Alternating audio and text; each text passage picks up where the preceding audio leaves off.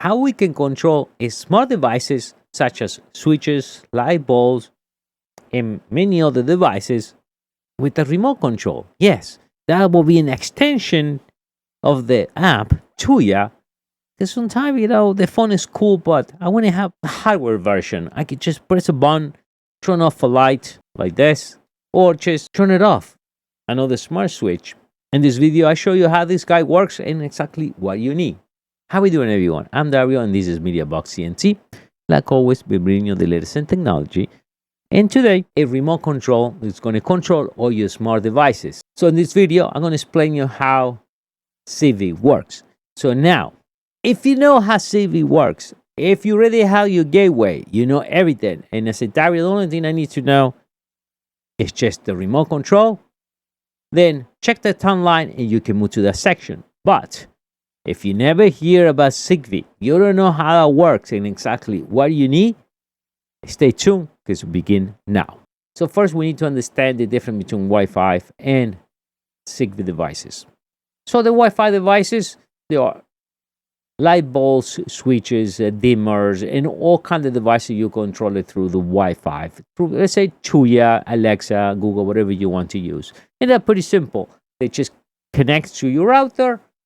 You pair. It's going to be using a 2.4 gigahertz network. I would say 90%. Brand new switches now. They are a dual band, means 2.4 and 5. But you always lock it to 2.4. And now you can control any devices at home. So now, why we need Zigbee? Now, the Wi-Fi and Zigbee devices, the difference is this. Wi-Fi devices require a 2.4 gigahertz network. Brand new ones are 5, but 90% of the time it's 2.4. Now, Zigbee devices only utilize a different frequency. So the gain on that is less interference at 2.4. Now, the 2.4, you have to make sure your modem is set up at 2.4. And see, sometimes a lot of people come to me and say, Dario, when I try to say something, this is my device do not support a 2.4 because I'm only running 5 gigahertz. That normally happens because the way they set up the router, or if you get the company set up your router, they're going to set up a 5 gigahertz, the internet provider. They're not even worry about 2.4, and that becomes a problem. And sometimes there are pen and net to set up 2.4. Plus, if they are old devices, it even becomes harder. So that's one advantage of Zigbee to 2.4. Now, the next one is low power. So Zigbee use low power.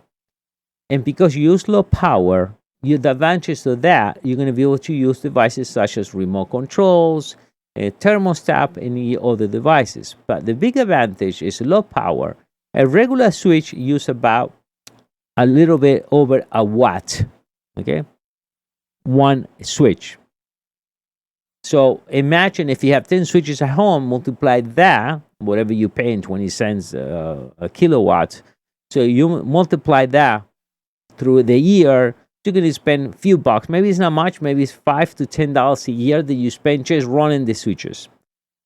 The Zigbee switches run less than half a watt. Think about quarter to half a watt. So you see the advantage. And so on light bulbs or anything else, it's going to use less wattage. I'm talking about the Wi-Fi connection, not the light bulb itself. Because those, it needs to be in a standby. It needs to be always send the signal. So when you press a button, they can connect. So the difference is that. So one is going to use less power than Wi-Fi. So I see a lot of advantage. And the other one is, again, we can use remote control. You're not going to find this remote control available in Wi-Fi because for that, it needs to have 5 volts or bigger batteries, I don't know, or like thermostat.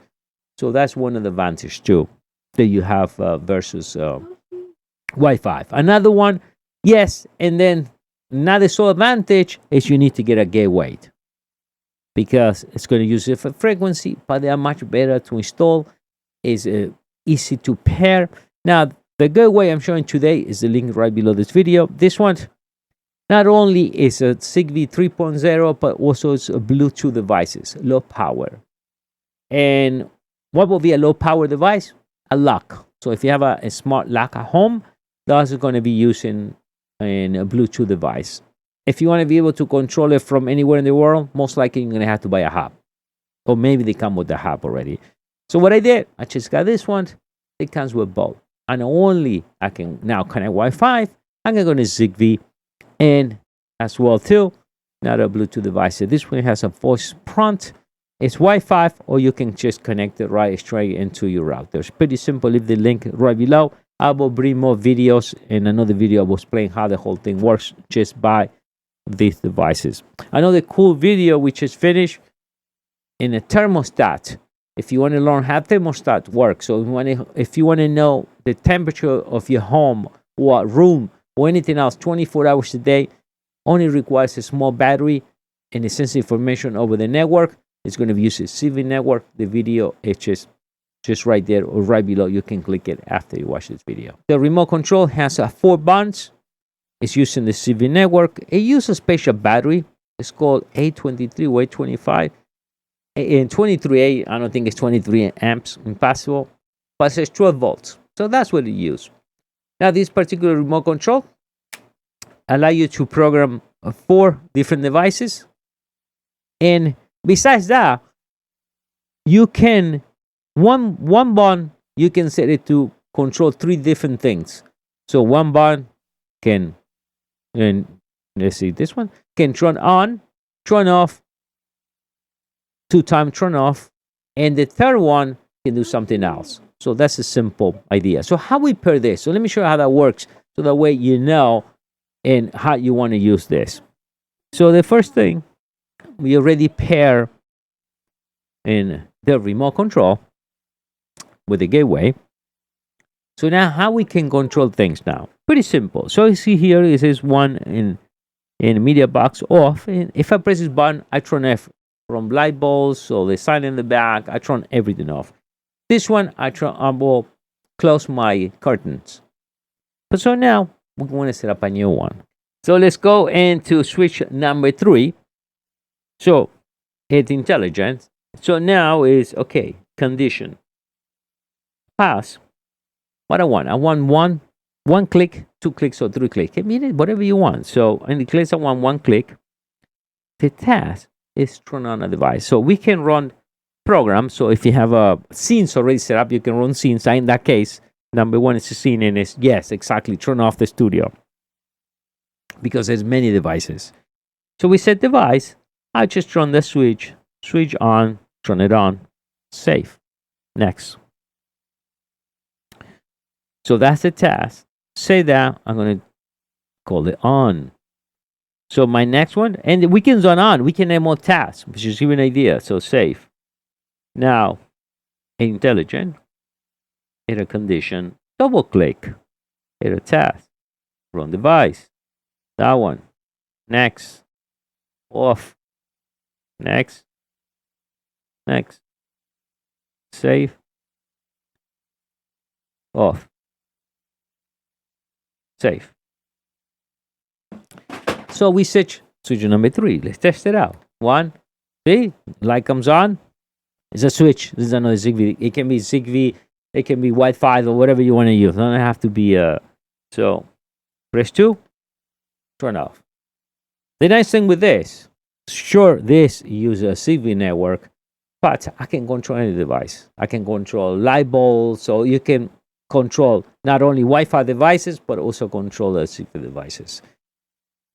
And I love it. I love this remote control. I saw it there, so let me test it out. It's nice to hang around here. And if I don't use my phone, I can just go and turn it off or turn it on. You know, it's pretty cool. There are many devices that use low power that was not available for me in the Wi-Fi. All right, guys. So all that info, all everything I show you today, all this link to go and buy one of these devices, will be right below this video. And I'm going to bring more in smart devices such as Zigbee devices. I'll see you next time. Bye.